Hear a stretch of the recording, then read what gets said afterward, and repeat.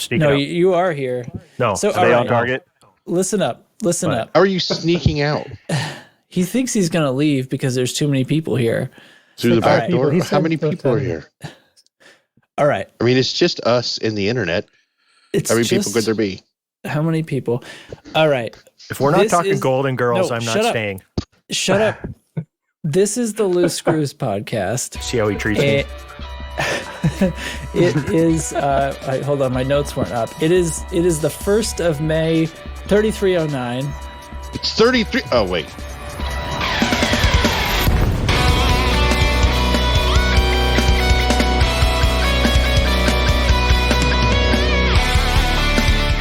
It's 2023! It's 2023. Either response I would have accepted, so I'm happy. There's not a Bizarro Teflon here. I haven't invented a character yet. So Chig informed me, because he keeps a spreadsheet of statistics, that last week's episode was the 200th episode of this podcast, not number 200, but because there were extra episodes and interviews and things, it was the 200th episode, and it's the one that the recording screwed up on, and I had to cut to ribbons and basically delete 2 whole people out of the podcast completely because all I had from them was empty space. And we ruined it. So now we could try to do 200.5 and do a redo, and we got the whole gang back together. And now, because of all that, Chig thinks he could just back off and leave. What do you think of that? Typical. I think he needs to stay. Yeah, come on. Also, I woke up sick today, and I was entirely planning on saying something to the effect of, so I'm going to let you guys do most of the talking, but we all know what happens whenever I say that. But Most of the talking. with this many people, hopefully I can actually succeed at that. So Another finger on the monkey's paw curls. What does that even mean? You figure it out. well then, so everybody's here again. So I've got I'm gonna run down quickly, bottom to top for some reason. Teflon is here. Oh, Hello. you guys. Today Milk we donuts. we had to go to town today, and we went out to eat, and then there was a fucking SWAT team over near the Mexican restaurant that we normally go to. Apparently These burritos somebody are so good, they're criminal. non-fatally shot someone else, and then there was a standoff, and the SWAT team Yikes. was there. Mexican standoff. It was crazy. A Mexican standoff. These jokes write themselves. No, they left the restaurant and went to like an apartment building nearby. You don't live in was- Texas. It was crazy. Wasn't a Tuesday? All right. Wild. Move and onward. Also, Nurgle is here. Hello, Nurgle. Good evening, everybody. Any SWAT teams where you live? Hey, nerds. No, but other than last week sucked hard, but today was trial day for the Bleacher Bandit, Oh, Ooh. and unfortunately, it was continued. But I had mentioned, I know it was really disappointing. I had mentioned on Discord last week that the guy was representing himself. The plot thickens because after the continuance today, I talked to the assistant district attorney who's doing the case, and it turns out that when the guy was first arrested, because this case is like 2 years old,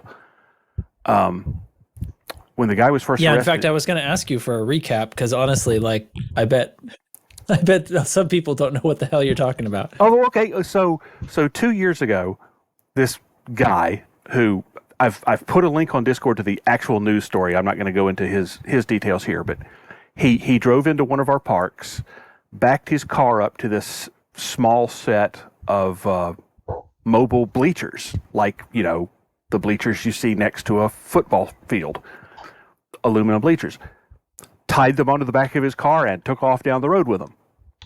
Because he was clearly going to take them across a scale somewhere and sell them for scrap. And one of my guys saw him going down the road. We got the cops called. Cops caught him because he wasn't going very far, very fast. and we recovered the bleachers, and he got arrested. So here we are 2 years later, and I finally got subpoenaed to be a witness because it's finally going to trial. So showed up today. Of course, he had a motion before the court, and there was a continuance. So it turns out when he was first arrested, he chose to represent himself, and the judge, gave him some speech about, if at any point you change your mind before there's a verdict, we will assign you counsel. Well, that, the court case progressed. That's kind of him.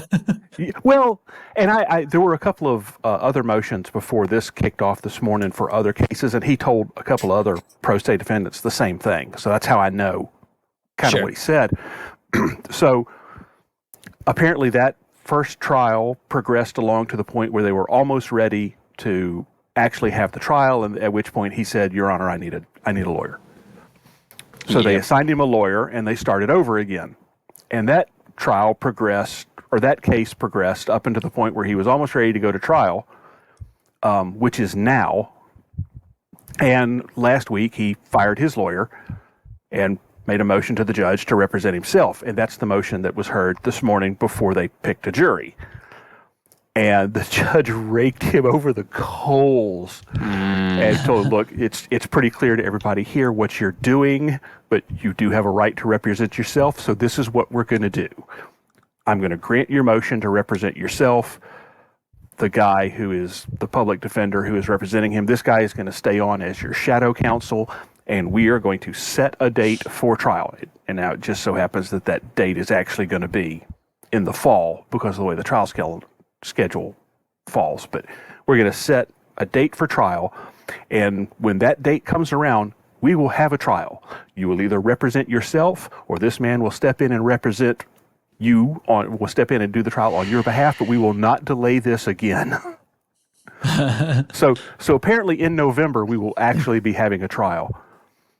But I talked to the ADA after all of that was done, and kind of like, why are we going through all of these motions? It's like, well, he's decided he wants to have his day in court because he has so many prior convictions that if he gets convicted for this one, which will be a felony because of the value of what he stole, if he gets convicted for this one, he'll get life.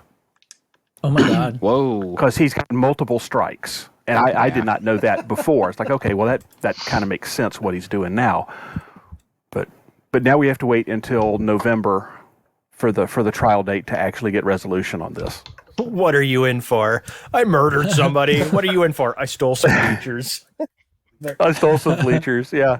Well, at that point, it's the accumulation of things he has apparently stolen. It was a bleacher too far. A bleacher too far. That's exactly what it was.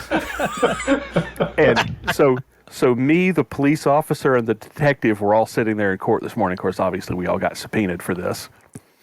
And nothing came of it. So it was kind of disappointing. I mean, it was interesting to spend a morning in a criminal courtroom, listening to actual motions and cases get worked out before they got to mine, because there were about, 5, maybe 6 beforehand. But it was kind of disappointing not to finally have some resolution on that. I was really looking forward to it. I was expecting it to be entertaining. Nice. Well, I guess now we look forward to some future day of entertainment. Yeah, sometime in November. Sometime probably around Thanksgiving, I'll have another report on the Bleacher Bandit. Thank God for that right to a speedy trial thing. Jesus. I know, I don't think the right? right is to a speedy trial. A speedy trial's in there, but it's just competes it's all with the fair relative. trial. What does that word really mean? It's speedy in geologic terms. Yeah, I mean, compared to what? Glaciers. Glacial, yeah, it's glacial. Yeah, compared to entropy, it's real quick. Yeah. I don't know. Things can go back to entropy pretty damn quick. I've seen you fly your ship. It's pretty quick. Ooh. Oh. Oh dear. They haven't even introduced me. I've already got a knife in the kidney. Jesus, Jake.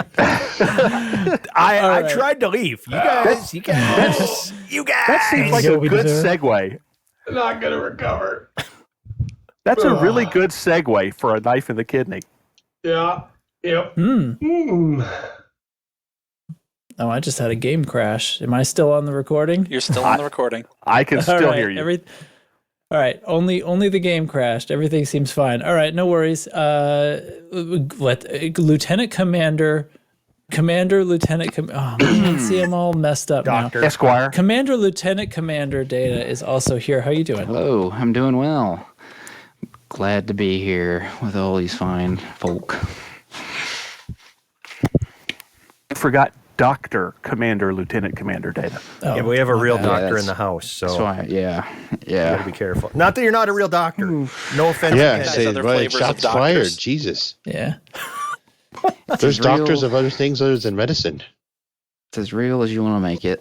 Yeah, but if like, never mind. I'm not going to say what it's going to What's say. that? What's Carry that on. quote from Fallout New Vegas? They asked if I had a degree in theoretical physics. I told them I had a theoretical degree in physics. He has I said, "Welcome aboard." he has a degree. He has a degree in ancient astronaut theory. Oh no. Nope. Oh boy. I'm not saying it was aliens, but it was aliens Mm. Yeah, orbiting the flat Earth. I'm doing all right. Excellent. I was, out of town a little bit last week for work. I was outstanding in my field. Literally outstanding in a field. Doing a dam inspection. That was a good joke. I you're like that. full of one. them today. Loved Data. it. I like it. Thanks. When you don't show up Data for a finally week or figured two, out you just the, write these down, don't you? Yeah, I was thinking about this while I was out there. It's like, what am I going to tell the guys I was doing? Data finally figured out that comedy algorithm. forget the emotion chip. I want that episode where Data tries to be a comedian in the holodeck. Remember that? Oh, He's got the God, giant yes. cigar. Yes. Joe Piscopo. Yeah. Yeah. I've not played Elite. I've been playing Death Stranding. I got it for free on the Epic Store. Is it any I good? don't know, a month or two ago. I'm like Running simulator or something? 2 hours into it. Yeah, it's walking delivery simulator. Except you're with- delivering a baby and not like No. medically. You're just No, the carrying this baby's thing, like aren't something else. I read about this one time and I didn't retain it. The baby is part of your like gear, your suit you? Wait, that you have on, I don't understand. and they're called BBs. Is the baby like your So- power pack or something? Like, is it like the Matrix? No. So, like, nothing is really revealed all the way yet, but what I've gathered so far is it lets me see these ghost sludge zombie things. Oh, okay. Yeah. And I am Norman Reedus, and I've No, you're formed an- Daryl from Walking Dead. That's where I was Yes. confused. Yes, I have formed an emotional bond with this BB who Guillermo del Toro wanted to dispose of it, That but I said bastard. no. He I shall gotta keep name this him baby. Coral. Is it like a blood Oh. bag from Mad Max, the new one? Yeah, it's like, I don't know. I So don't yeah, you walk around, deliver cargo. Don't Occasionally you have deliver to stop. BBs. You have to stop and like look at the BB and rock it and soothe it. It gets upset. So it's like, real life it's like for you? Oh. Yeah. It sounds like Odyssey with more steps. Oh.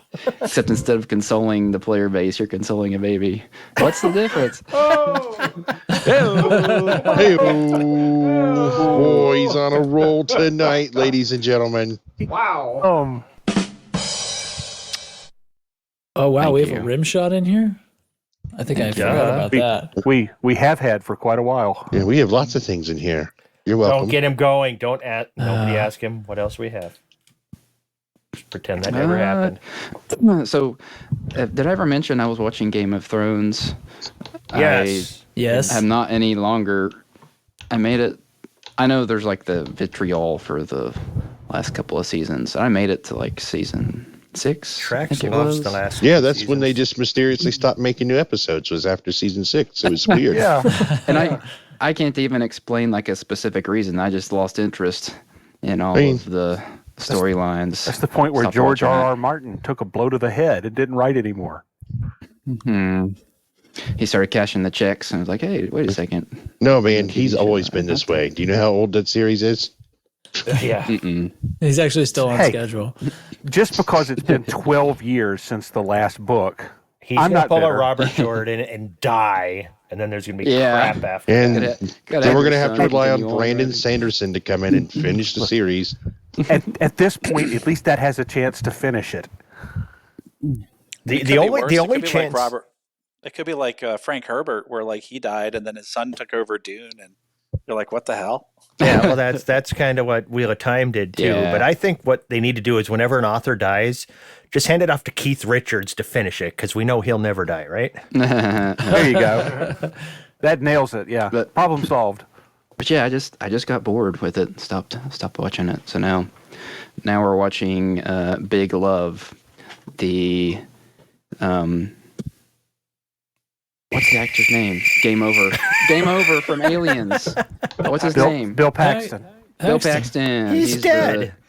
He's the But he was in polygamous Big Mormon. Love. That's how old the series is.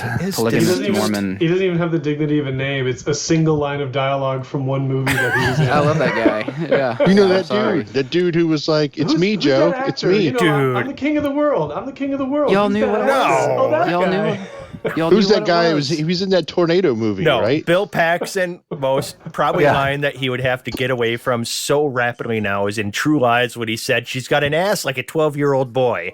That Okay. right there is a bridge too far, or a bleacher He's, too far. he's. Let me tell you, Chig. I don't know That's if you know this, that's a but bleacher too far. he's pretty far away from it now. Well, yeah, he's dead. Oh. Ooh. Wow. Yeah. Oh God, I'm sure there's an Epstein joke in there. Let's move on. Moving on. Moving on. Move on. Damn these electric sex bands. Okay, so next on the list, Conander Indigo is back. Conander. Hey, everybody. It's just Boobtron. Just call him Boob. Yeah, I don't know. Fine, I'll answer to it. It's I what the think it rest should be of us do. Conander Boob is what he should just go to, but he's holding onto this indigo thing with frickin' diamond hands. I actually have an in-game commander with Indigo in the name now, finally, after all this time as Boobtron, but I'll answer to either one. All right. No big court trials or SWAT teams on my end, just delving deeper into the realms of my own incompetence, which is great. It's fun. It's fun not knowing what Racing. you're doing sometimes. Yeah, Assault also is a in way of real life. too. I'm delving deeper into all this GPT, machine learning, AI stuff, and it's stuff that I intuitively understand, but I'm completely out of my depth.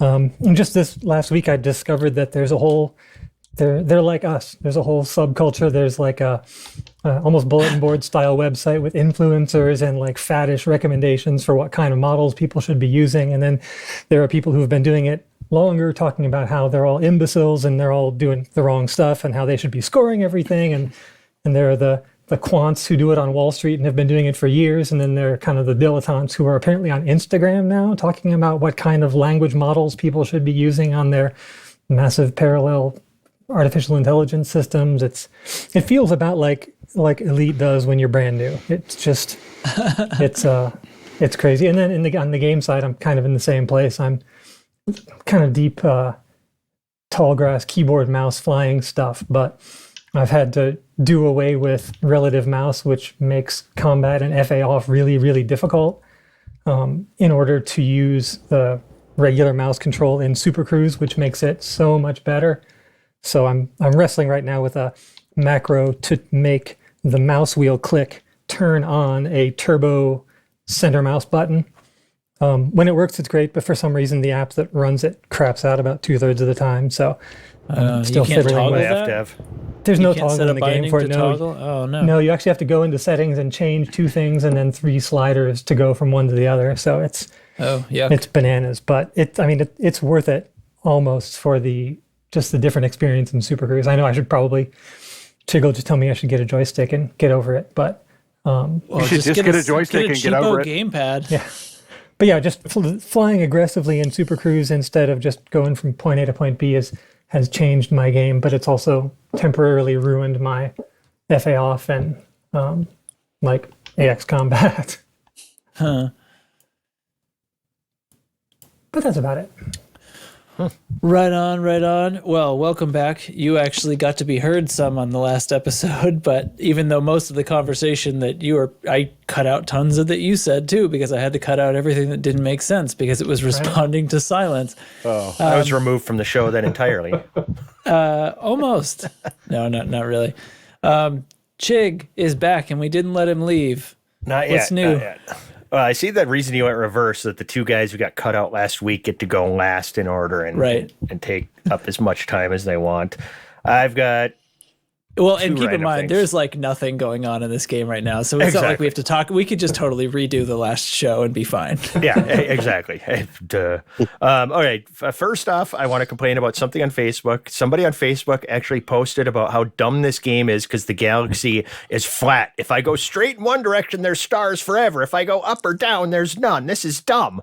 So I don't think he understands that, Jesus, that's, that it's based off a one-to-one representation of the Milky Way galaxy. So if that guy listens to the podcast, dude, fuck off.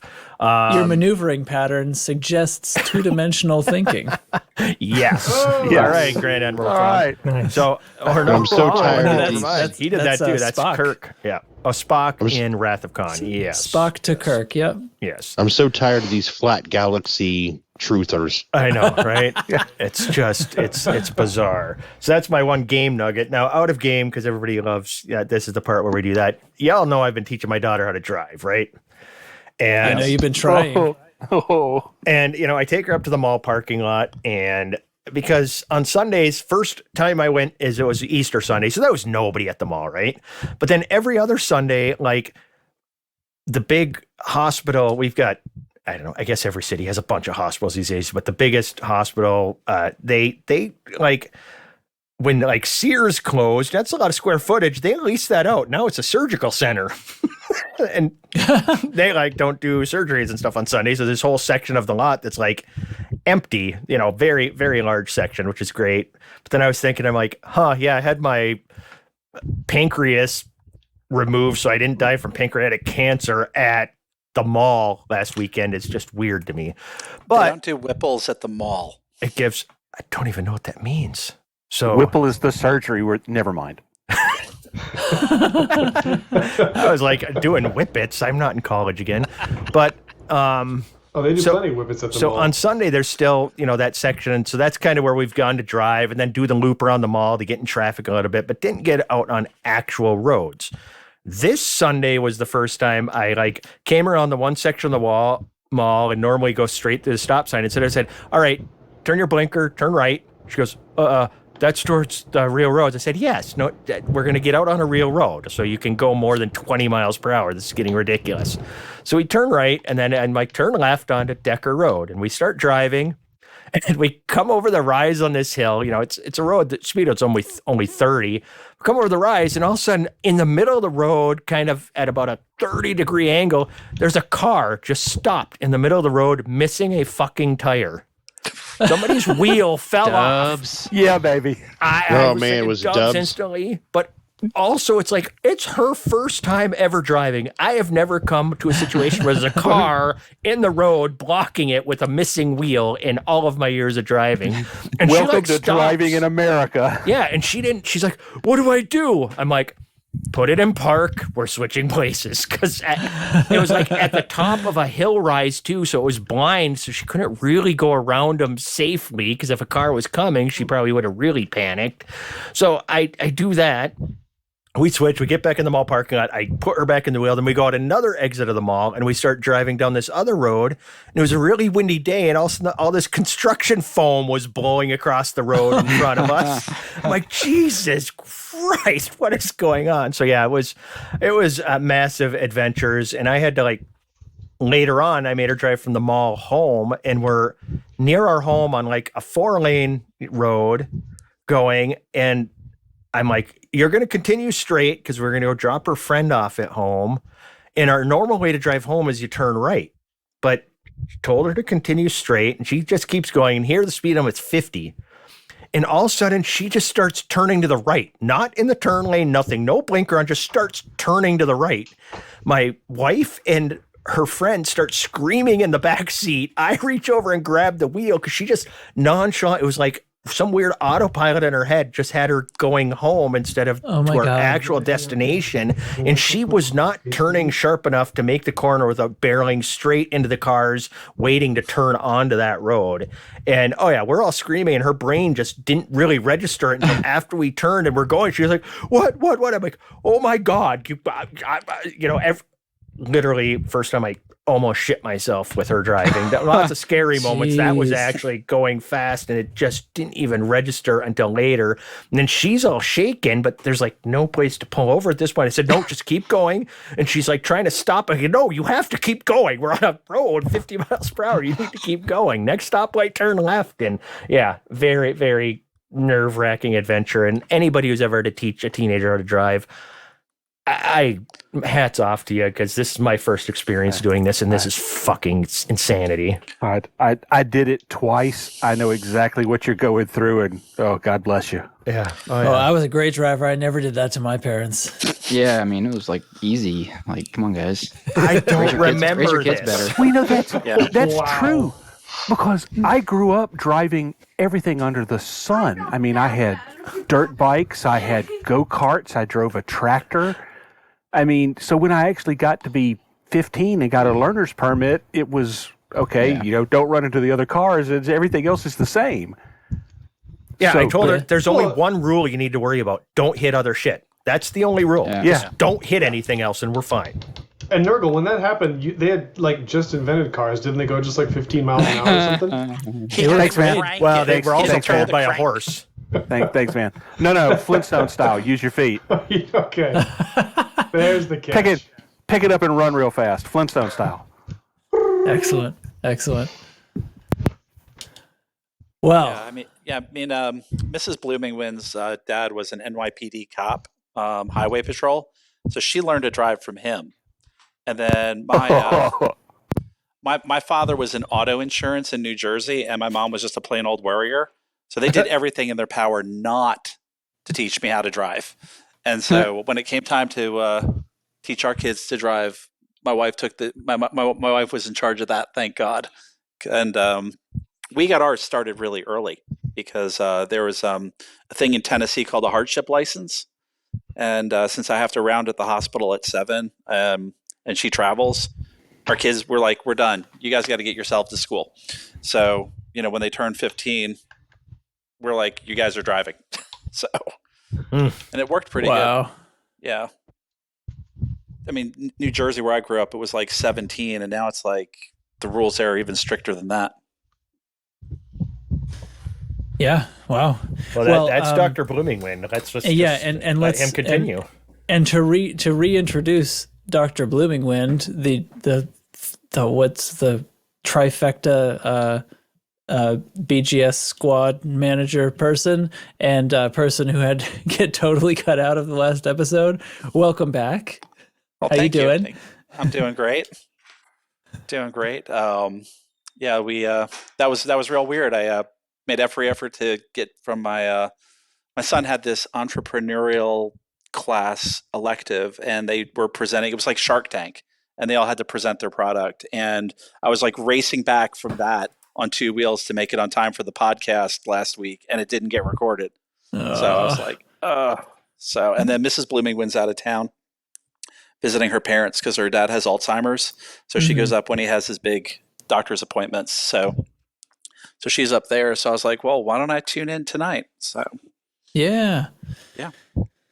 And in game, I mean, I've been doing a lot of the BGS stuff, but last night I was flying with you and Chig and Audaxius, and that was the first time I ever did PvP other than CQC. And that was a lot of fun. I just need to build a ship. Did it go about like you expect? It went about better. Like I expected. I didn't get vaporized instantly. I think they were like, oh, look at that pathetic thing over there. We'll kill the tough guys first. Right on. Yeah, that was fun. I'm glad you had fun. I'm sure we'll chit chat about that a little bit. All right. And last but not least, the other guy who got cut out of the last episode and didn't get even introduced or anything, because I figured why introduce the guy if I'm not going to have him in the episode, is Audaxius. Hello. Welcome back. Welcome. Well, no, you welcome me. I screwed it up. Hello. I am welcome. It's like, have a nice flight. You too. No, wait. Love you. I mean, oops. Okay, start over. We'll cut all that out. Start over. Hello, I'm happy to be back. I mean, maybe I was never here. Who knows? You had one line in the last episode, something about milking ducks. Yeah. Well, at least it had some sticking power. Yeah, I'm glad to be back. I was in game with you guys. I'm in game most weeks. The PvP was about what we expected. I have been playing the game like 4 years, and even in that session, I was learning new things. So. Yeah, a very happy TFG to you all. Yep. Right on. Yep. Cool. Well, okay. Well, since we're talking about that, yeah. So last night was Sunday, and got to play a little Elite. And what was going on? Well, nothing much. So Chig and Blooming Wind, Audaxius, and myself were all there. I think Indigo was there a bit too, right? Maybe for a second and Only then left. briefly, I can't yeah. remember. And I wasn't going to jump halfway across the universe to get blown up. right. So we decided we're going to just go tease gankers essentially, because we know we're not probably going to blow them up unless there's some really, really beginner ones. Or if we maybe catch one by themselves or something like that. But and we picked out Shindez because why not? And all's fair game there, I guess. And yeah, there was quite a pack roving around, and we tussled with them for a good hour and a half or so, I'd say, and until I'd been blown up, 4 or 5 times, and decided it was time to go to bed. But then everybody turns around and adds us as friends. Actually, a couple of guys we actually already had as friends because that happens. And one of them is an avid anti-Xeno pilot that we've flown with many times. And but anyway, happened to be there ganking that night. So, but anyway, we made a bunch of new friends, and they all joined Discord this morning. So, welcome new professional ganker friends. It's fine. My basic game there was try to pick out the fastest tough ship I have and have at least one long range gun, and hopefully just be an annoyance for as long as possible. But these guys were no slouches, and even the FDLs could just about keep up with me. So it really wasn't any chance. And the trouble is you get blown up, and then you get sent back to base, right? And it takes you a few minutes to get back out. And so we end up basically 1v4ing these guys every single time, because they'll pull somebody else while we're waiting to regroup. And, advantage ganker, and it's, whatever. We're in Shinrarta Desra. You have to have an elite to even be in that system. So all's fair.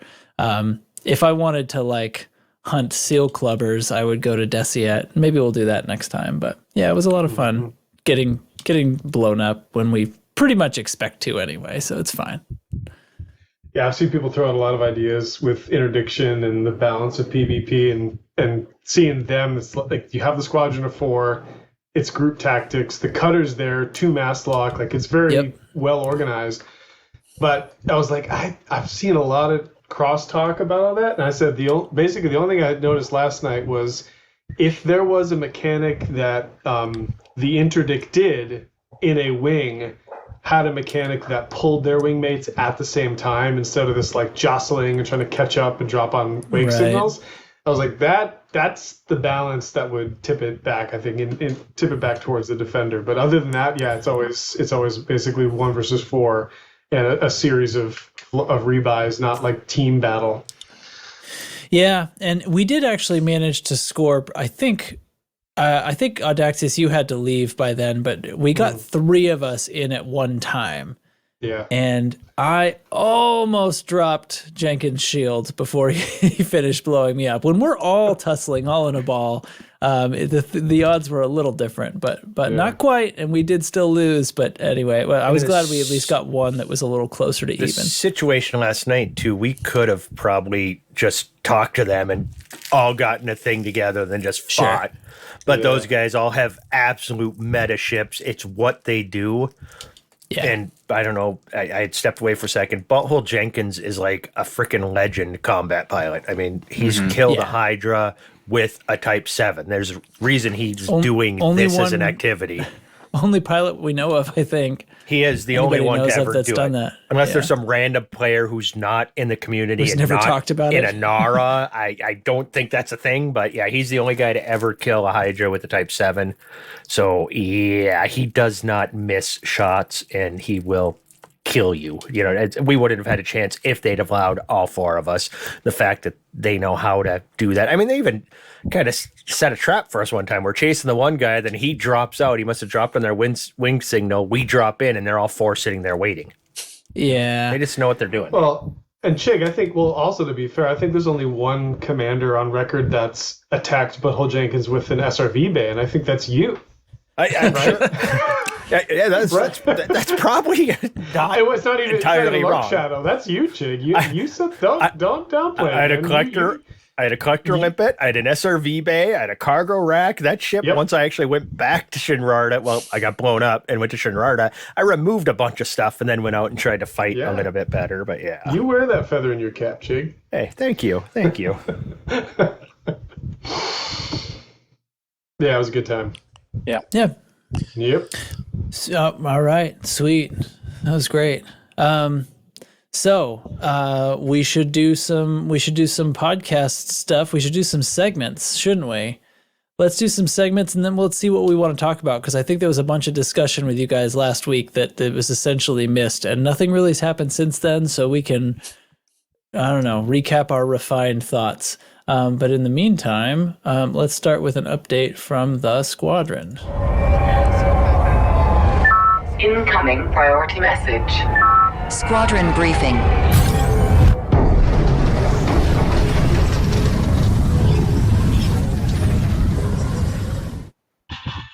Kick to blooming wind. All right. So we have an election in G218-5. This is for control of the system, so we do want to win this election. And then we have another election in Tamor that's, I think, for like second place. Our main projects are to continue our Operation Blackout in HIP 4907. We have 4 squadrons or 4 minor factions locked in conflicts. So now is our time to push the unwelcome guest out of our system. And then in Calarum, we have a problem child, Project Elite, and we just need to just keep pushing them down to the bottom of the barrel, because they are driving us absolutely batty, driving us to distraction. Like, we spend half our time propping up Calarum. And then our next expansion is pending. It's from 7 Andromeda, and we are joining our friends, the Brothers of Terra Mater, in a Yen T in about a week or so. It's a Hudson system. It's a Brothers of Terra Mater system, so we're just there to drink beer with our friends, the anarchists. And then we still are trying to push AfterDark to expand out of Tamor and fill an open slot in Mycoro, unless something's changed, and then it'll be one of our other systems. But we think it's going to land in Mycoro. So those are our current squadron standing orders, and I want to thank everybody who's participated in BGS over the course of every week, and we can't move the needles without you guys. Oh, and a special shout out to our friend from the Exiles, Robin Hood. So he's been dropping off a ton of Cardo data in our systems in the last couple of days, probably to the tune of 100 million credits. Yeah, so thank easy. him. That's been really helpful too. Yeah. Yeah, I saw that. All right. And I'm going to go ahead and throw this out there, because the problem children we have in Calarum are a faction called Project Elite, and it is in theory, it is a player squadron. They show no members on Inara. They don't have a Discord. If it is actually them that is playing, nobody knows who they are. Nobody knows how to get in touch with them. And so if anybody, hearing the sound of my voice actually knows who these guys are, tell them to come to our Discord. We'd actually like to talk to them. But failing an ability to communicate with them, we're going to have to, do what we can to club them down to the bottom of the system. DACA, that's in the absence of communication, the option is DACA. Durka Muhammad Jihad. Yeah. It's how I like to negotiate with my frame shift interdictor. Yeah. That's why we let other people negotiate before we send you in. That's how I try to get their attention. Yeah. If you don't respond to chat, then I will talk to you with my interdictor. And my railguns. All right. That's the squad recap. And at this point, then, next thing's going to be kicking it on over to Bard. Oh, shit. With Blame the Bard, and I'm going to find it right here. Oh, the Bard, the King Helium Express!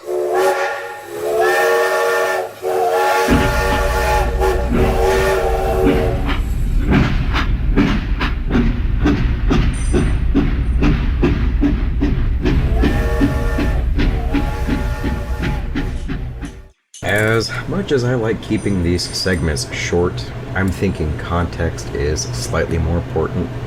Since the headlines aren't always self-explanatory, I'll be providing a little bit of background to them. As always though, check out the Discord for a deeper dive and a place to spout your nonsense, then be inundated with my propaganda. That out of the way, let's get started. April 24th, Aegis trials tech to explore the Maelstrom. A stranger from the outside. So they're working on an update for the shutdown field neutralizer. On April 25th, the mystery of the Mars assassin. I'm shocked to find that gambling is going on in here. You're winning, sir. Oh, thank you very much. The guy responsible for kicking off a war between the Federation and the Empire, well, turns out he wasn't an Imperial. And then on April 27th, convoy tragedy halts superpower conflict.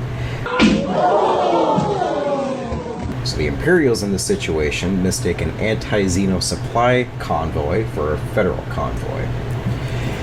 And also on the 27th, positive results from the Maelstrom probes. You let me violate you. Good news update from the story on the 24th. Just continuation. Then on April 28th, we get a Thargoid War update. Seriously? You auto-updating now? Which is just another update on the Thargoid War. That's all for the news this week. Have fun out there. Bye. Have a beautiful time. I got a kick out of that. Good stuff. Talent, yes. Magnificent. Okay. It's a lot of fun. Yeah. Love it. Okay. And finally, last but not least, the exploration report that was actually made last week, we finally have in place to be able to play We'd now. have lost it anyway. It don't matter. Yeah, that's true. But, well, the sounds were working last week. Anyway, so over to Grover Kiwi. Here we go. Space. When you think about it, it's an amazingly appropriate name. And this is the Exploration Report. In our beginner series, we've looked at honking a system and then using your FSS scanner to map all the bodies. Now we're going to take a look at the system map. This is not an exhaustive look. There's a lot more in a system map than we can ever cover here. We're pretty much going to cover what it shows you that can help you make decisions about what to do a deep scan of. To get to the system map, you can use your ship's menus on the left-hand panel or add a keybind. Entering a system map, you're presented with a visual map of the system with a star or stars on the left and then going through the planets closest to furthest left to right. Planetary moons are shown underneath their host planets. A couple of things that we can see straight away. If a body has a blue glow around it, it has an atmosphere. If it has a blue arc around the top left-hand side, it's landable. And if there are 3 vertical lines coming off that arc, it has human settlements on it. If the body is rotating, it's not tidally locked. And if not, it is tidally locked to the star or its host planet. Clicking on any body will bring up info about it in a panel on the right-hand side of the screen. The default view will show you the information such as body composition, size, gravity, and temperature. It will also show you if any commander has discovered that body, mapped it, and had the first footfall. If no names are shown, Wow! Congratulations! you're the first to discover that body, and possibly the first to scan it and stand on it if you decide to. That info panel has a number of buttons down its right-hand side. If you select the third button down, the information will change to show you more useful information, such as the atmosphere type, if any, the composition of the planet, the materials you're likely to find on the planet, whether there are human locations, biological or geological signals. All this information can help you decide what planets to do a deep scan of and possibly land on. We will cover all of this in our next exploration report. In exploration news, 07 to Commander McGeek for his recent expedition. He has now embarked on a new journey following a path created by fellow screwball Commander Jared Crew. In expeditions, on the 30th of April sees the launch of the Izanami Land of Dreams expedition, heading out to the northwest region of the galaxy. And coming up early next month, the Children of Rexlar are undertaking an expedition to various areas around the core, with the aim to unlock some of the secrets of the galaxy. We wish all commanders out in the black the very best of journeys. This has been your exploration report, coming to you live from the future. My God, there's a smell in here that will outlive Christianity.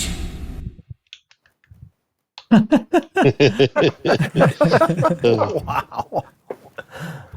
Good stuff, Grover. Thanks for doing that. And I apologize it didn't make last week's show, but more people will probably make it to this point in this week's show now that there's not weird stutters and stops.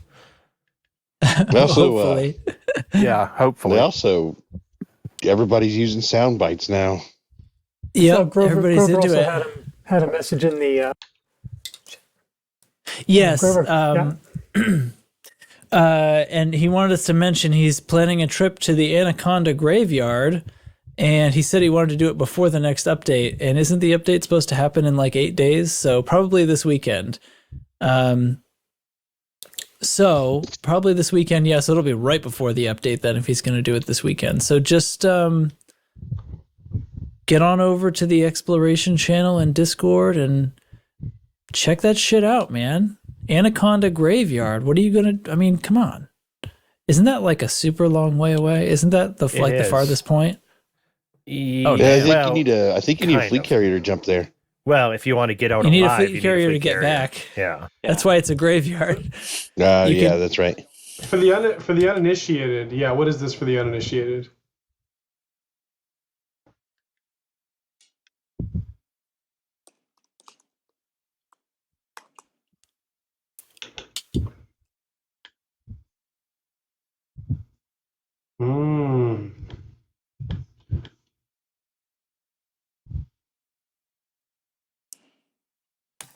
And then it was a location that showed up organically in the game, but then they later added a beacon to, I think. So now there's a tourist beacon out there commemorating some kind of after the fact made up story. Chig, the eCaster dropped you. I'm not sure how much. Right when you were explaining. Yeah, what you were in the middle of a Anaconda sentence. It took me a second to figure out. So yeah, the Anaconda Graveyard. You can, in case some of that was missed from him, you could get to it from a neutron boost, but you couldn't get back out, and it was absolute max jump for the max jumping Anaconda. Now that we have fleet carriers, you can get out. So now it's a place you can just visit and not just die there. Yeah, it's about 220 light years from the nearest neutron star, or from the nearest star, which is a neutron star, and it's about 3,000 light years away from the bubble. So, do you think that was hand placed? I've never checked. I don't really, think so. but I think it was a genuine emergent phenomenon. Somebody found it on the map, and that was as far as you could get at the time. yeah, I think so. Yeah, Stellar Forge made it. My apologies for dropping out, and thanks for no, it's explaining what I said. Yeah, so the recorder has dropped 3 of us over the course of the recording, including myself at one point, and we just keep having to restart the thing. So anyway, we'll look at that. I guess it's maybe there's just too many of us, but I kind of doubt it's that. I want to clarify one thing too, because some newer players, it's amazing how new players to this game, and there are still new players coming to it, join, and they end up finding this podcast because there's us and Lave Radio that kind of hit the top of the search when you're looking for podcasts. A lot of people don't know what neutron boosting is. And in neutron stars, you go into the cone, avoid dying, and you can jump 4 times as far. It's a plus 300% boost. So you can jump a lot farther if you find yourself a neutron star. You get 1 jump way farther. There's also white dwarfs, which will murder your ass, but they only give you a plus 50% jump range. And bit of history. Originally, it was supposed to be plus 30% for neutrons and plus 50% for white dwarfs because they're more dangerous and everything else. But somebody they have a wider fat-fingered exclusion zone as well. Yes, exactly. They're trick. If you know how to do it, they're not bad. But if you mess it up, you're most likely going to die. I escaped one time ever, and it was pure luck. But the thing is, they just messed up. Yeah. Yeah. Well, right. The white dwarfs are variable. Like there are some that the cone just doesn't protrude enough from the exclusion zone. There was one that got me 5 times in a row because I was so stubborn and frustrated. I just kept trying it. Well, yeah, you got to kind of. But there's others where it's relatively easy, so it depends. And has this changed recently? Because the last time I did a neutron boost, I could see the exclusion zone line the whole time, and it used to be that when you popped into the system, the exclusion zone would pop up for like a second, and then it would go away, and that was part of the danger, right? Is you couldn't actually see how close you were allowed to get. What I find the trick for me is with neutron stars, you see that exclusion zone for a minute, then it kind of disappears, but you can still kind of fly towards the star, then follow the loop out from the cone. Yeah. Whereas with a white dwarf, pull up instantly to kind of move away from the star and then go towards the very tips of the cone. Because if you pass into that exclusion zone at all, you're in trouble. Oh, yeah. Yeah, and you'll see the huge exclusion zone on a white dwarf as you're going around it. So you got, as Chig said, you got to pull up immediately if you're in a white dwarf system. And we have our own pet white dwarf, Spanky, in NLTT 1139. So if you ever want to practice jumping, you can do it in screw space. Yeah, and keep in mind, the only reason neutron stars have a 300% increase to your jump range is because somebody at FDev fat fingered it. It was supposed to be 30%, but they had 300% in there. And then once that was in the game, they tried to remove it, and people bitched and moaned enough that then they went, okay, we'll keep this 300%. They should have increased white dwarf, in my opinion, to be comparable, just because they are that much more dangerous. But it is what it is. Or reversed them. They could have fixed it by being like, hey, I mean, sure, we'll make it 300, but it's going to be the other way around, right? Exactly. That would have been a smart way to do it, because if you're like doing any kind of these races, like the guy who made it to Beagle Point in like, what's the record? Like 3.5 hours or something. And it's all because it's known neutron stars and hitting every one of those and boosting, getting your neutron boost every jump. You can make it great distances. And there's the neutron highway even, to Colonia that you can do where you can make it out there. And I mean, incredibly fast if you know it. But that's just another one of these layers of this game that they say don't exist, but it's things that you could play this game for a long time and have no idea you can do. Right. So, yeah. So there we go. That's the neutron jumping. So anyway, yeah, if you want to go visit the Anaconda Graveyard and be very, very, very, very far away from the bubble, then you should get to the exploration channel, and I imagine a fleet carrier is going to be going, because that's a hell of a trip to take without a fleet carrier. Yeah. Grover's taking his fleet carrier. Yeah. So hitch a ride, see for yourself. Or do it old-fashioned way, get out there and then just die. Just die. Yeah, just go to die. So lose all your expiration data. It's no big deal. That's basically the end of what's going on with Notes, because there isn't any new news. The update is still, I haven't heard anything different. So I guess, what was it, the 9th or the 8th? I can't remember what they said. Yeah, I don't know, unless we get some weird, crazy, British holiday we don't know about. It should be in the next week is what they're saying. Do we believe it? So I think it's going to be after our next episode, regardless. It's supposed to be Tuesday. Update 16 isn't recognized as a UK holiday. Is it 16? It's 15, first of all. It's 15. What the hell do I know? What are you doing? So, 3309. all we've had in the interim has been rampant speculation and YouTube polls and things like that. What do you think? So this is a lot of the discussion that I had to cut out was based on this. So, what did we talk about? What would get us to play the game more? Or what did we talk about? I have no idea because we couldn't hear it.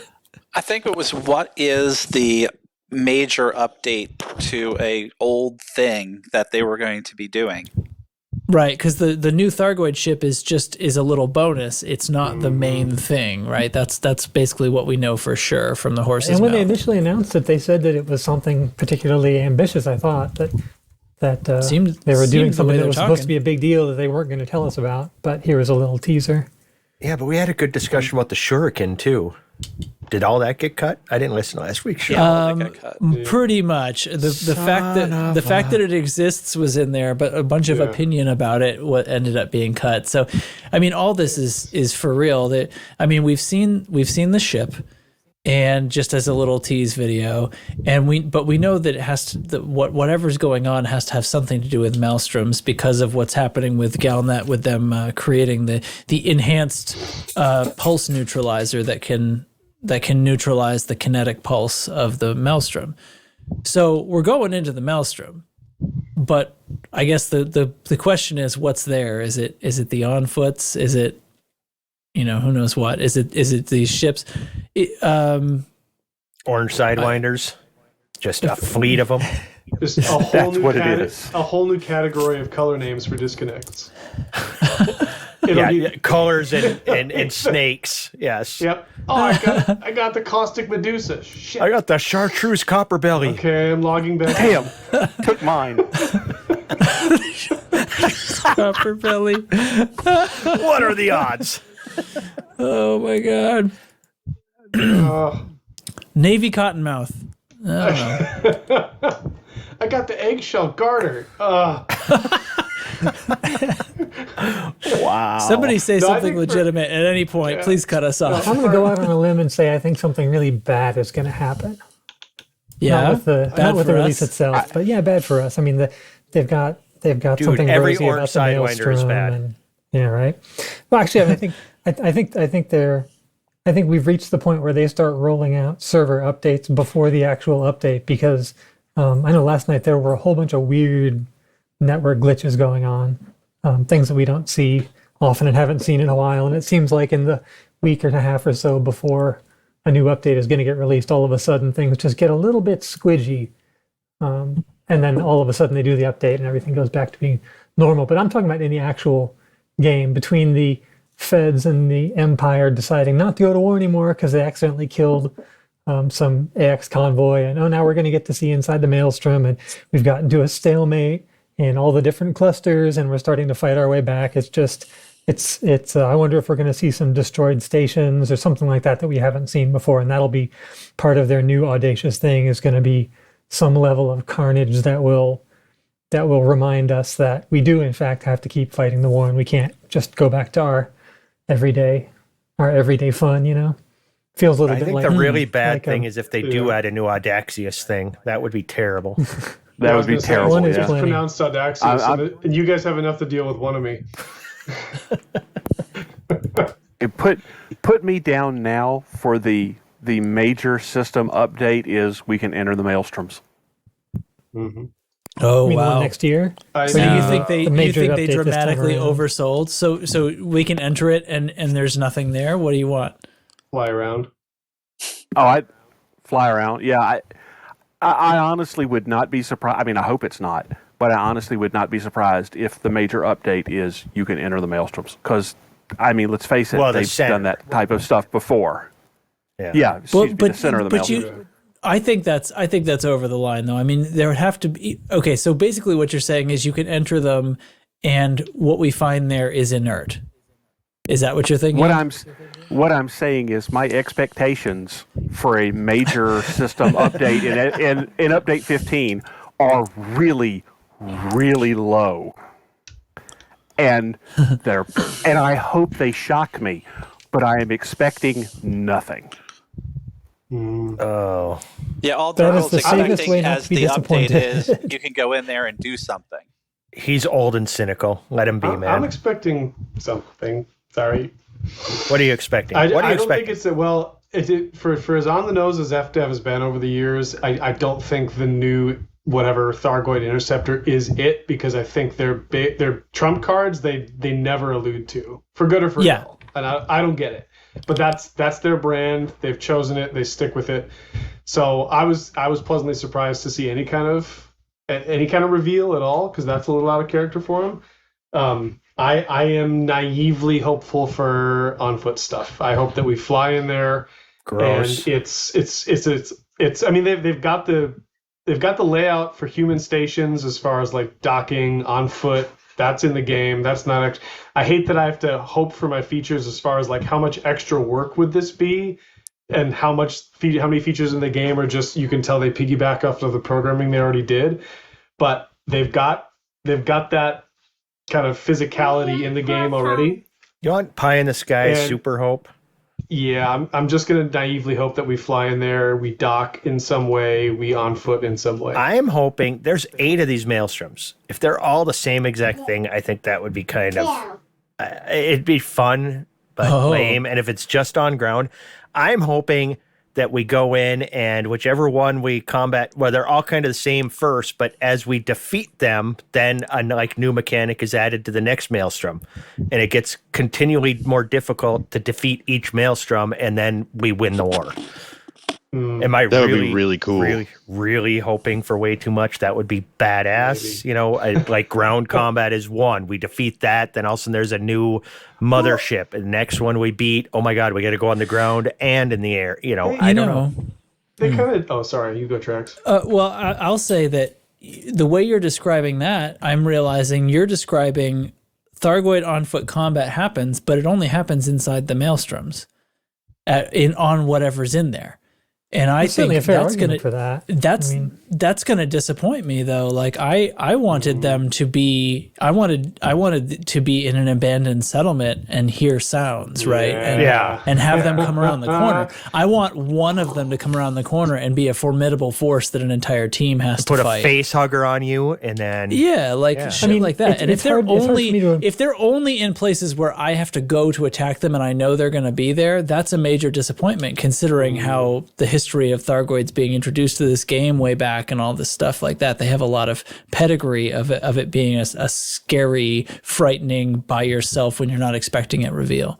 I can certainly imagine why the Thargoid sites would come back to life, but it's a little bit hazier why they would bother getting out of spaceships to try and ransack human settlements.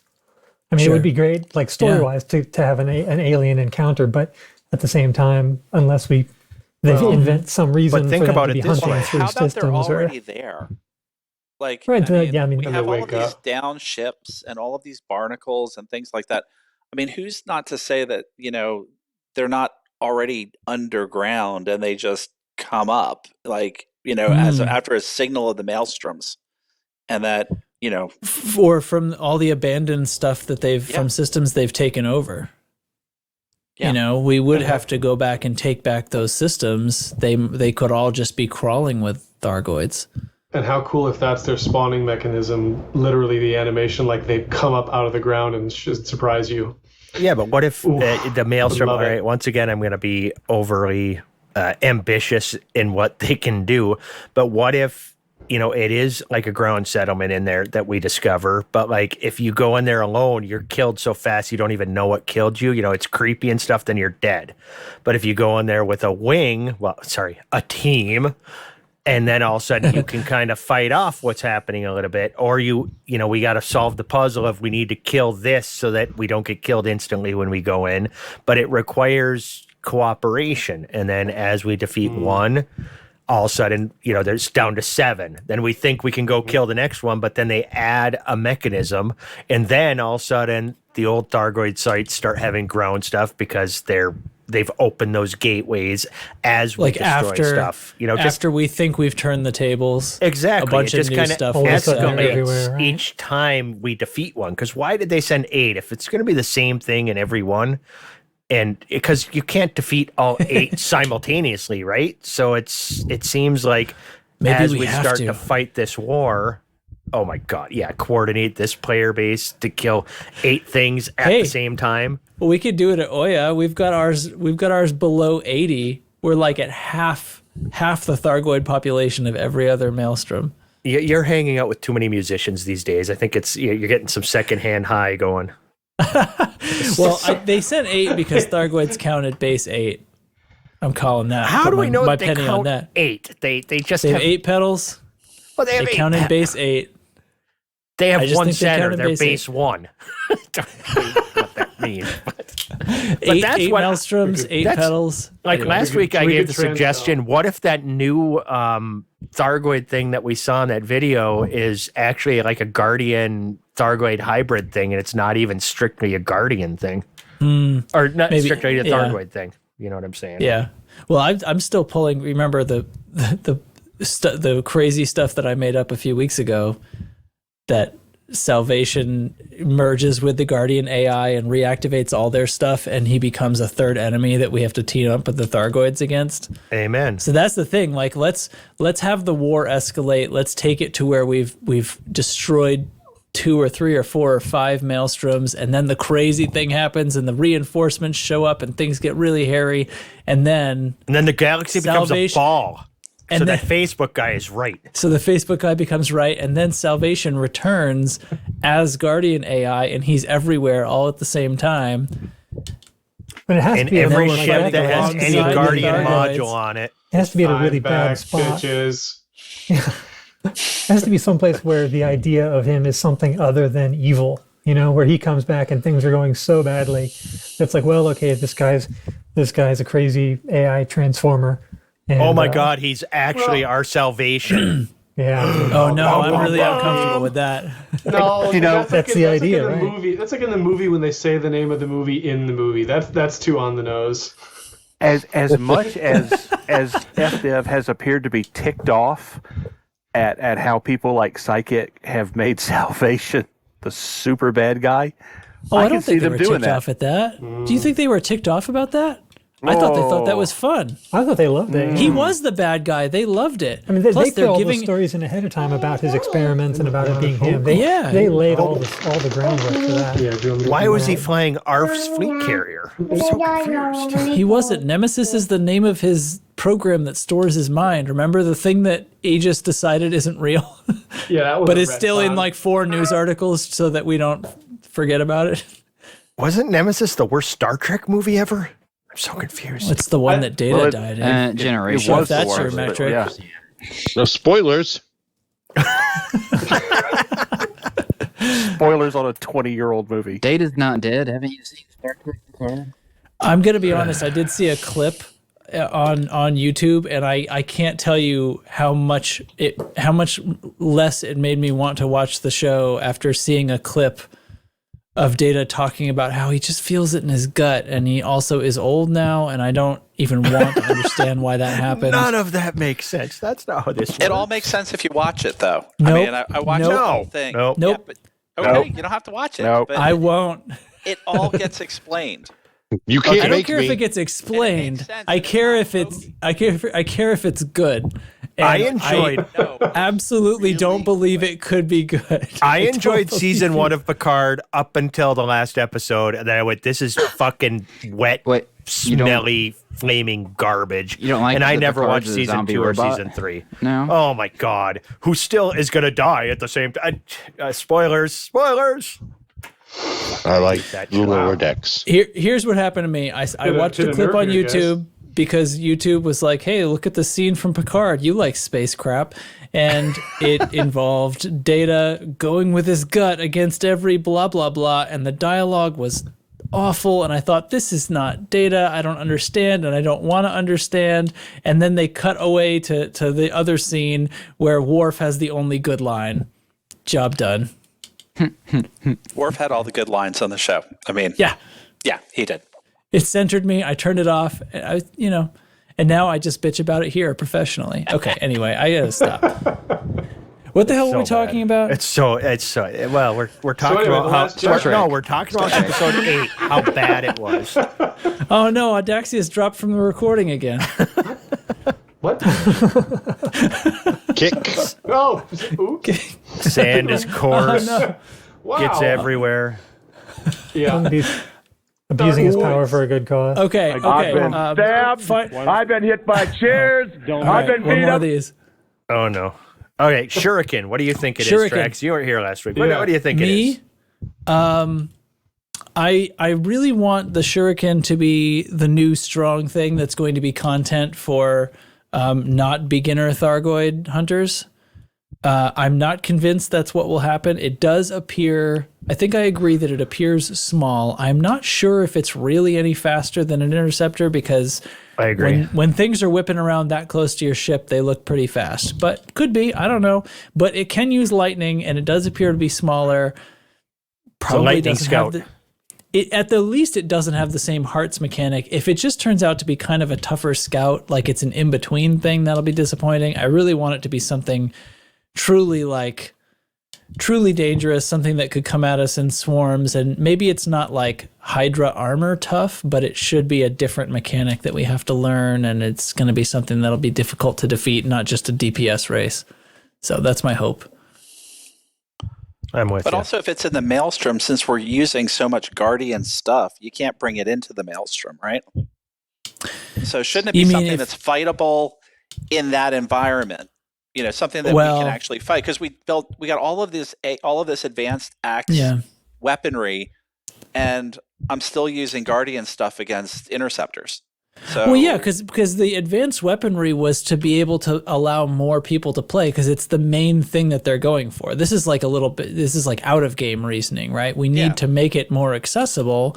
There and very, very intentionally leaving the Guardian hybrid weapons as still way stronger if you master them, right? And necessary for the higher level interceptor kills. So, I mean, you might be right, but I'm going to be disappointed if that's what it turns out to be.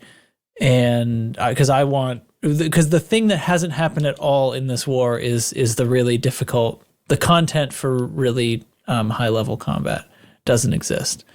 And that means the scenarios and stuff that are really cool are all just Cyclops parades, and it's not very difficult. And so I want the scary thing to happen.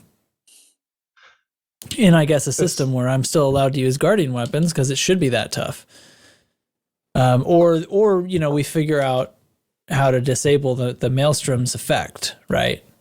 And the other thing is like this advanced pulse neutralizer, if it can neutralize the kinetic effect of the Maelstrom, maybe it can do other things. Or maybe we've got to go, pulse neutralizer level 3 before we get to I don't know, maybe this one takes out the Orthrus, Orthrus's Guardian weapon dissolving powers, or maybe we have to, go to level 3 pulse neutralizer before we get that. I don't know. Maybe this thing is a truly terrifying beast because it isn't fightable until we make level 3 guns that can survive in that environment, or a pulse neutralizer that can make us survive in that environment or something. And then we can finally start to beat it back. I mean, that might be fun as long as it's still tough. Yeah. I mean, I think it'll be tougher than the scouts. But like I said, there's something where we need a challenge harder than scouts that we can use this AX weaponry against. Right. And that's my only thing is that because like I have AX weapons, but I don't use them. So and I can't bring what I got into the Maelstrom. So give me something tougher than a scout or an Orthrus inside the Maelstrom. And I think that's where the Shuriken's role is going to be. But how tough they're going to make them, that's the big mystery. I mean, hopefully they'll make them tough. I see Cyclops and Basilisk inside the Maelstrom, and I can't fight them. I have to run away because I'm ill-equipped. But they are in there. There are real interceptors patrolling around in there. I mean, the thing can use lightning, so we know it's tougher than a scout. But I think the lightning thing is significant because I think they'll be sort of a counter attack against big ships with lots of guns and shields. Yeah. Because if we have to do anti-Thargoid PvE while we're doing traditional AX combat, then we're going to need more people flying different kinds of ships to keep the corvettes and cutters from getting cut to ribbons while they're, slogging away on all the Cyclops in the CZ. Or hopefully, I'd be kind of heartbroken if they don't also change up the mix of interceptors and somehow do away with the, endless scout beginner instances at anything that's got a landing spot. It would be nice to be able to have a combination of you can land here and also you will get destroyed, as opposed to you will land here or you'll go someplace else and get destroyed. That would be nice.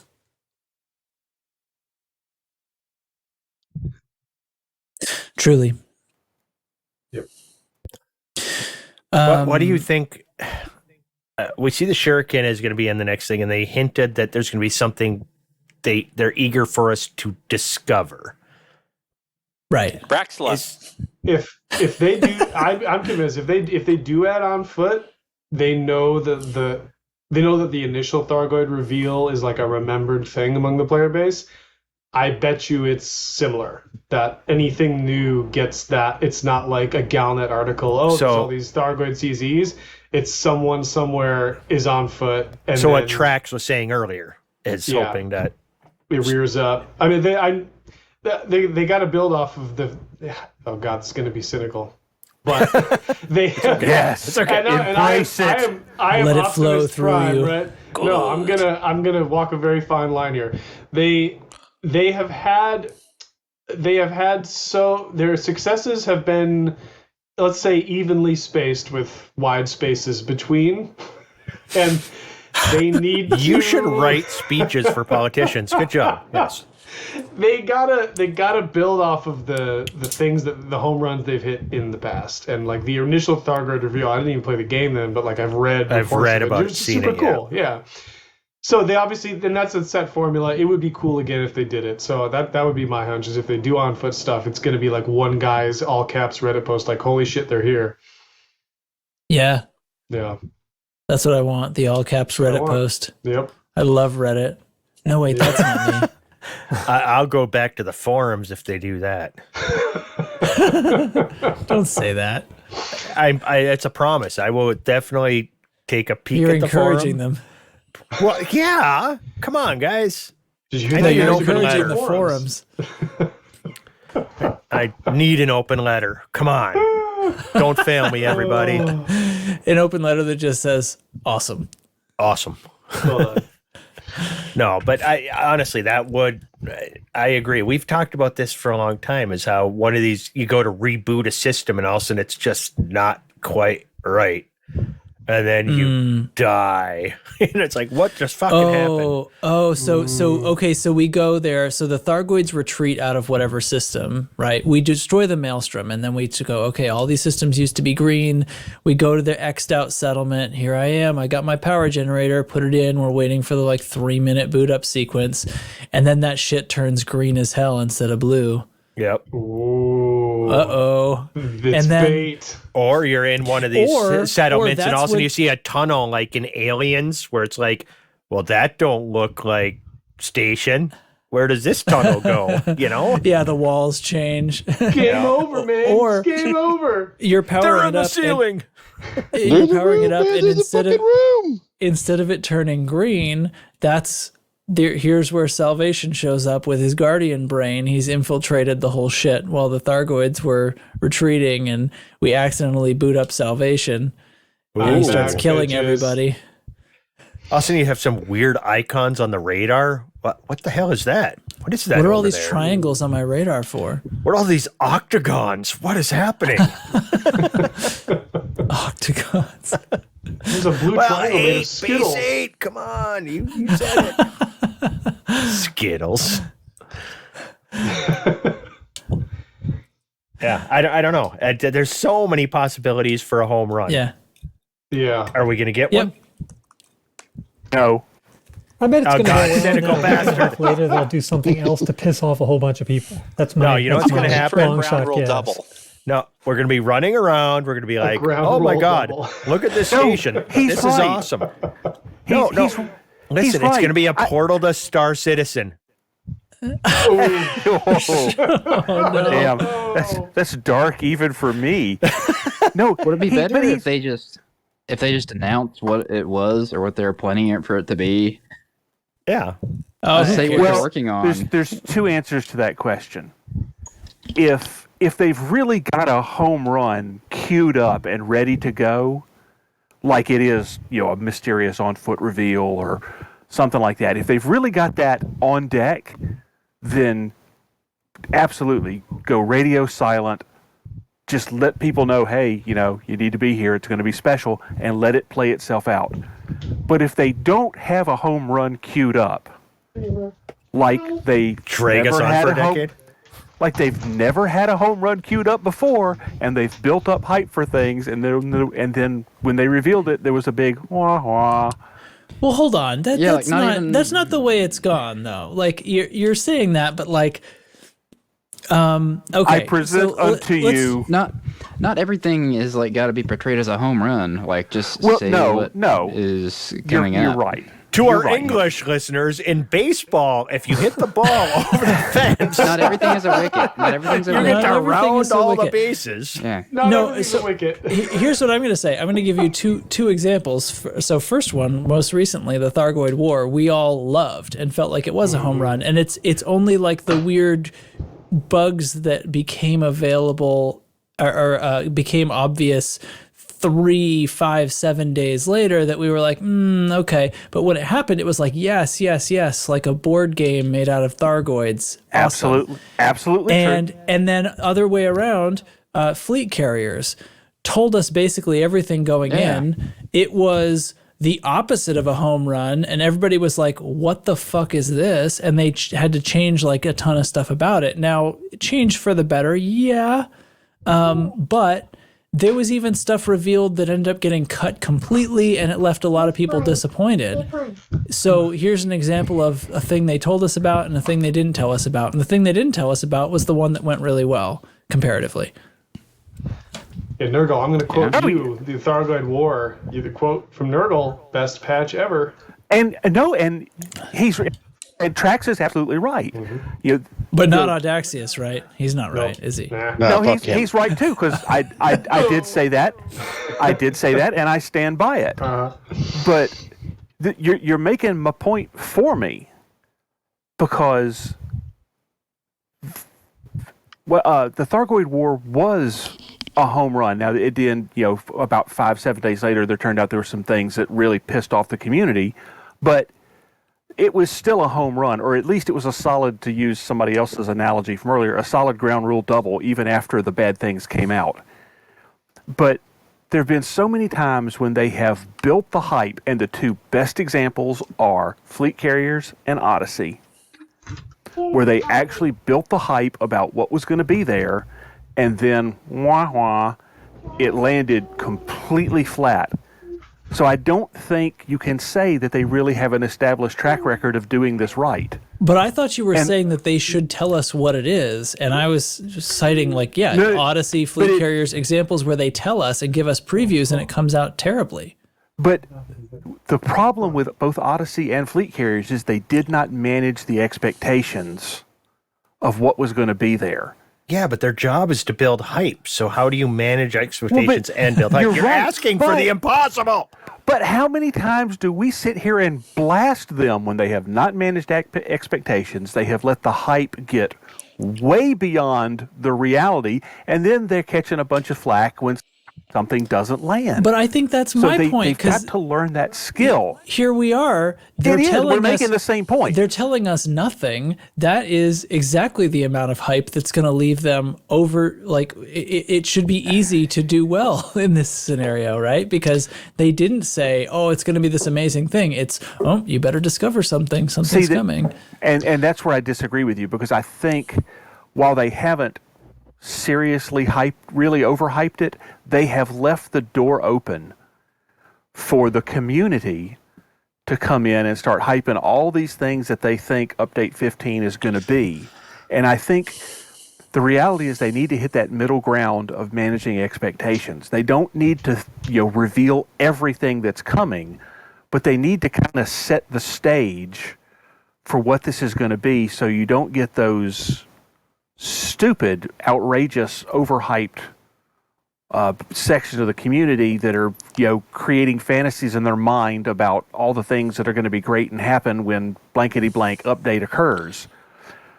And that's what they've completely failed to manage over the life cycle of this game. And I just have no expectation of them learning that skill now. All right. But I mean, the community is also a tough audience. I mean, you have exactly. Yeah. I mean, basically, like, they do a scavenger hunt at Christmas time a couple of years ago, and the first 3 clues were figured out before the FDev even released a clue. They just kind of did. There's no doubt we are the assholes too. I mean, there's absolutely no doubt. We're just a tough audience. We are, and again, my point is they have consistently failed to manage the expectations of that audience. And the really bad thing is that they've, even after failing to manage those expectations, they don't learn the lessons when they do that. They keep repeating the same failed ways of introducing things. That's the wrong way to say it. But they don't learn their lessons when they make mistakes. They just keep repeating them. That's my salt for tonight. I'm off my salt high horse. All I got to say is if you take home run and you add the word dead after it, it becomes Homer undead, and I picture the drooling Homer coming to eat my brains. How's that for random? Okay. Okay. All right. Let's do this. So we're coming up on an hour and a half on this recording. Let's go around, and if you got any more thoughts, or if you want to just wait. Oh no, hold on. Let's throw out just what's your prediction? What is the thing at the center of the maelstrom? And we're just gonna run down. You give me one sentence. Start at the top of the bottom. What do you guys think? I want it to be a Thargoid mothership that we have to land on and enter on foot. As much as I dislike the on foot side, that would be awesome. How many licks does it take to get to the center of the maelstrom? You'll be the first to know, Teflon. You'll be the first to know. First and last. Data. Oh, geez. Just say ice cream or something. To be, Rocky Road. He dropped while he was talking, I think, didn't he? No, Data still. Who dropped? Indigo dropped. All right. So Data says it's Rocky Road ice cream. Chig, what do you think's at the center of the maelstrom? What I think is in the center, or what I hope is in the center? I don't know. We're just doing a thing here. I'm going to go back to what I thought before. I really hope that it's a multi-stage thing, because there's 8 of those things to kill. I hope that it evolves as we chase the Thargoids out of the center. I'm going to go with what I actually think it is compared to what I hope it is. I think it's going to be like a mothership thing. I don't have faith we're getting ground Thargoids at anytime really soon. So I think it's just going to be some kind of mothership kind of situation, but it's not what I'm hoping for. Blooming Wind. So, okay, I think that the Maelstroms will have a Thargoid version of an installation, and it's going to be an installation scenario, which are broken. And that's going to be what's inside the maelstrom. So it's an installation scenario, but all of the friendlies become hostile as soon as anyone shoots a bad guy. Exactly. If you're in a wing, just like the installation scenario. Well, actually, you need to shoot your teammates. Is how bad it is. Your teammates become hostile instantly. Blooming Wind that would be believes perfect. Blooming Wind believes in a hollow maelstrom theory. Yes, I do. Oh, that'd be fun. So it's a space station. You walk around the inside of it like it's a Dyson sphere. That'd be rad. Anyway, that would be awesome. And a No Man's Sky.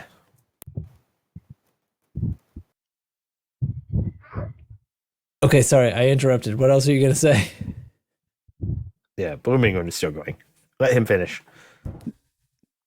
No, I think that was pretty much. I think that at some point there's going to be some on ground thing that's going to scare the bejesus out of us, but it's not in the maelstroms. I just think in the maelstrom it's going to be something like a space station type scenario.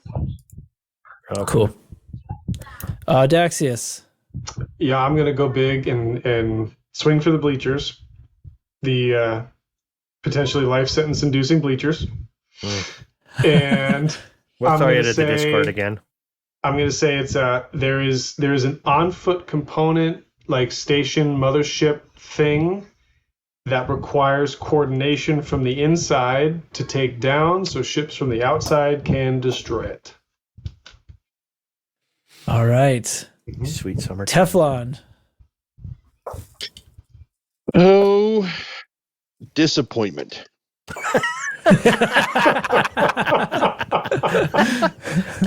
Winner, chicken dinner.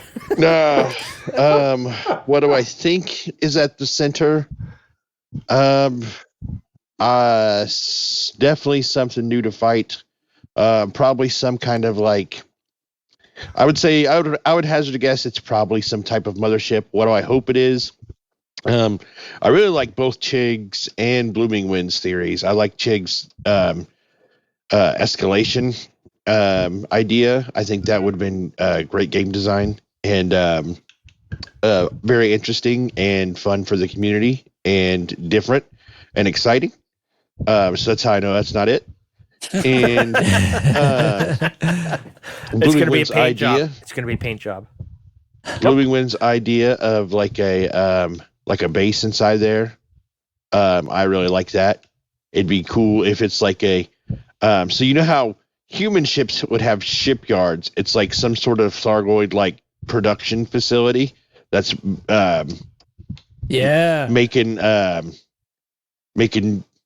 new Thargoid interceptors and scouts and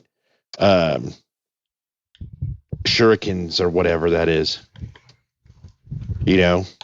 Yep. Glaives. But yeah, so that's what I think. Right on. All right, I'll go last, and you can get your robot ready to end this show, I guess. I think it's. Hold on, I got one. Anybody, if you're going last, oh, that's right, because your mic was out. Okay, sorry. I got back. I think just to say something different, I'm going to predict that once we get through the maelstrom and get to see what's at the middle, we're going to scare it, and they're all going to go to ground and crash into a nearby planet or moon. Landable moon nearby, and then we'll have a terrifying, impenetrable ground Thargoid base that we won't be able to get to for another update, but the dormant Thargoid sites will become active combat zones. So that'll be our intro to ground Thargoid combat, is going to be at our what we'll think of as the old Thargoid sites, which will now come to life and be staffed with God knows what kind of terrifying monstrosities.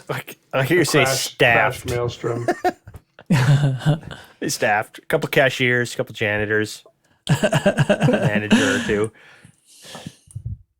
I think it has to be mothership kind of thing, or I like the factory idea too. That's pretty nice. That you could imagine a lot of scenario based, step based processes for disassembling those and taking them offline and moving out through the thing. The other thing that I thought is, at one point somebody on a stream said that they phrased it like the Thargoids were coming from them or coming out of them. So like it could be a wormhole or something like that. I'm not sure if that's a cool idea, but I don't know. It's a different one. So anyway, now that's been said on the show. Well, it's on record. Yep. Thargoid wormholes. Which I don't know, maybe that takes us back to Thargoid homeworld areas way out past the Pleiades. That might be fun. If they really put wormholes in there that lead to currently permit locked Thargoid sections of the galaxy, that would be awesome. Yeah, that'd be a big one. Yeah, that one. Then the only way to get to those permit locked sectors, and once you're in, you can go to the different systems within that. That would be, that's so far beyond expectations. I can't even. That's absolutely crazy talk. Yeah, it's like a mothership, and then when you do the scenario to fight it, what we discover in the center is this wormhole thing. So we like destroy it and leave that, or maybe we just take over and now we can use it or something. And if that actually happened, I would say that portal leads to a permit lock sector where they have brought back console support and VR support. I'm just saying that's how far from reality I think that is. All right. I'm on board. What if inside of each maelstrom is something like in the Expanse, where you have a section of portals, each to different permit lock sections of the galaxy? Yeah, the ring space. Yeah. Stargate SG1 time. We're going off the rails. Well, that would explain the rings within the stations we see, which look like Stargate SG1. Remember, we joked about that before? We did joke about those before. We're bringing that around. It could happen. All right, let's close it out. Thanks, everybody, for joining me. It was Audaxius, Blooming Wind, Indigo, Chig, Data, Nurgle, Teflon, and I'm Commander Jan Trax again. And let's end on a high note. Did we do the cheese and the movie? We didn't do anything. Oh, we haven't He's done skipping anything. it all. We've been recorded for a long time. Do you want to? You know what? That's I've got a new idea. 24-hour stream for charity. Okay. We're raising money. We're going till tomorrow. Let's go. Okay. Very good. I gotta go though. All right. I'm going to bed. We'll just skip those for now. There's cheese at the center of the maelstrom, and there's also some movies that are 50 years old. Do you want me to start the Teflon bot or no? Teflon bot. Let's just get the fuck out of here. Let's get out of here. Teflon bot loading. Standby mode deactivated. If you like the show, please rate and review on your podcast player, which helps people find the show. Join us on Discord at discord.io/loosescrews and check out the merch store at loosescrewsed.com for mugs, t-shirts, hoodies, and more. Onesies. And you can support us on Patreon at patreon.com/loosescrewsed. I'm sorry, Cheng. I can't do that. All right, thanks for listening, everybody. Down. Thanks for listening, everybody. Thanks for joining, and I gotta charge the battery. See you next week. Bye. Bye. Bye. Suckered me to stay in the whole episode. God damn it.